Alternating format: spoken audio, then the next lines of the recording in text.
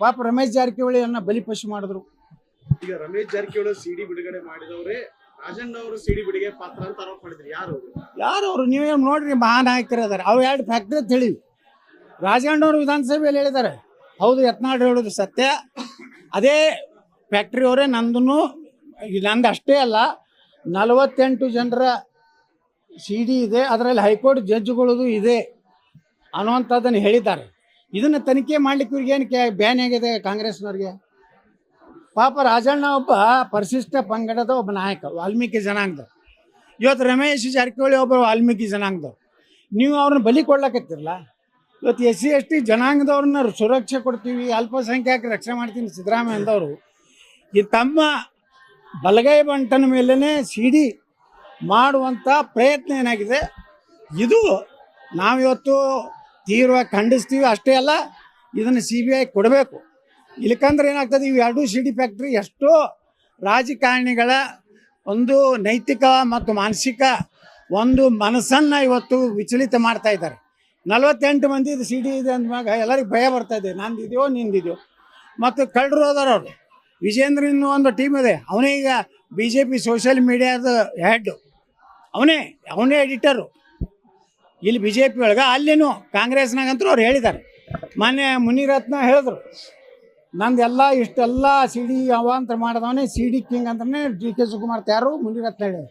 ಇದನ್ನೆಲ್ಲ ನೋಡಿದಾಗ ಇಂಥ ರಾಜಕೀಯ ನಾಯಕರು ಈ ರಾಜ್ಯದಿಂದ ಜನ ದಬ್ಬಬೇಕಾದ್ರೆ ಅವ್ರ CBI ತನಿಖೆ ಆಗಬೇಕು, ಅವ್ರಿಗೆ ಶಿಕ್ಷೆ ಆಗಬೇಕು. ಇನ್ನು ಮುಂದೆ ರಾಜಕಾರಣ ಮಾಡುವಂಥವ್ರು ಹಲ್ಕ ಕೆಲಸ ಇದು ಮಾಡಬಾರ್ದು. ಪಾಪ ರಮೇಶ್ ಜಾರಕಿಹೊಳಿಯನ್ನ ಬಲಿಪಶು ಮಾಡಿದ್ರು. ಈಗ ರಮೇಶ್ ಜಾರಕಿಹೊಳಿ ಸಿಡಿ ಬಿಡುಗಡೆ ಮಾಡಿದವರೇ ರಾಜಣ್ಣ ಅವರು ಸಿಡಿ ಬಿಡುಗಡೆ ಪಾತ್ರ ಅಂತ ಆರೋಪ ಮಾಡಿದ್ರು. ಯಾರು ಅವರು? ನೀವೇ ನೋಡ್ರಿ, ಮಹಾನಾಯಕರು ಅದಾರೆ. ಅವು 2 ಫ್ಯಾಕ್ಟ್ರಿ ಅಂತ ಹೇಳಿ ರಾಜಣ್ಣವರು ವಿಧಾನಸಭೆಯಲ್ಲಿ ಹೇಳಿದ್ದಾರೆ. ಹೌದು, ಯತ್ನಾಳ್ ಹೇಳೋದು ಸತ್ಯ.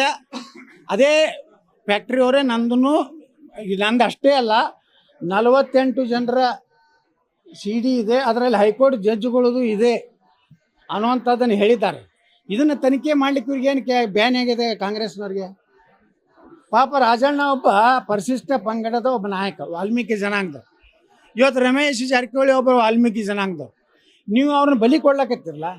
ಇವತ್ತು SC ST ಜನಾಂಗದವ್ರನ್ನ ಸುರಕ್ಷೆ ಕೊಡ್ತೀವಿ, ಅಲ್ಪಸಂಖ್ಯಾತರ ರಕ್ಷಣೆ ಮಾಡ್ತೀನಿ ಸಿದ್ದರಾಮಯ್ಯ ಅಂದವರು ಈ ತಮ್ಮ ಬಲಗೈ ಬಂಟನ ಮೇಲೇ ಸಿಡಿ ಮಾಡುವಂಥ ಪ್ರಯತ್ನ ಏನಾಗಿದೆ, ಇದು ನಾವಿವತ್ತು ತೀವ್ರವಾಗಿ ಖಂಡಿಸ್ತೀವಿ. ಅಷ್ಟೇ ಅಲ್ಲ, ಇದನ್ನು CBI ಕೊಡಬೇಕು.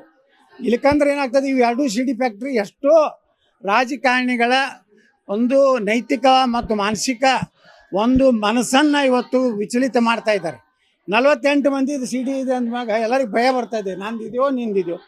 ಮತ್ತು ಕಳ್ಳರು ಹೋದಾರ ಅವರು. ವಿಜೇಂದ್ರ ಇನ್ನೂ ಒಂದು ಟೀಮ್ ಇದೆ, ಅವನೇ ಈಗ BJP ಸೋಷಿಯಲ್ ಮೀಡಿಯಾದ ಹೆಡ್, ಅವನೇ ಎಡಿಟರು ಇಲ್ಲಿ BJP ಒಳಗೆ. ಅಲ್ಲಿನೂ ಕಾಂಗ್ರೆಸ್ನಾಗಂತೂ ಅವ್ರು ಹೇಳಿದ್ದಾರೆ. ಮೊನ್ನೆ ಮುನಿರತ್ನ ಹೇಳಿದ್ರು, ನಂದೆಲ್ಲ ಇಷ್ಟೆಲ್ಲ ಸಿಡಿ ಅವಾಂತರ ಮಾಡಿದವನೇ ಸಿಡಿ ಕಿಂಗ್ ಅಂತಲೇ DK ಶಿವಕುಮಾರ್ ತಯಾರು ಮುನಿರತ್ನ ಹೇಳಿದ್ರು. ಇದನ್ನೆಲ್ಲ ನೋಡಿದಾಗ ಇಂಥ ರಾಜಕೀಯ ನಾಯಕರು ಈ ರಾಜ್ಯದಿಂದ ಜನ ದಬ್ಬಬೇಕಾದ್ರೆ ಅವ್ರ CBI ತನಿಖೆ ಆಗಬೇಕು, ಅವ್ರಿಗೆ ಶಿಕ್ಷೆ ಆಗಬೇಕು. ಇನ್ನು ಮುಂದೆ ರಾಜಕಾರಣ ಮಾಡುವಂಥವ್ರು ಹಲ್ಕ ಕೆಲಸ ಇದು ಮಾಡಬಾರ್ದು. ಕನ್ನಡಿಗರ ಮೆಚ್ಚಿನ ನಿಮ್ಮ ನ್ಯೂಸ್ 18 ಕನ್ನಡ ಈಗ ವಾಟ್ಸ್ಆಪ್ನಲ್ಲಿಯೂ ಲಭ್ಯ.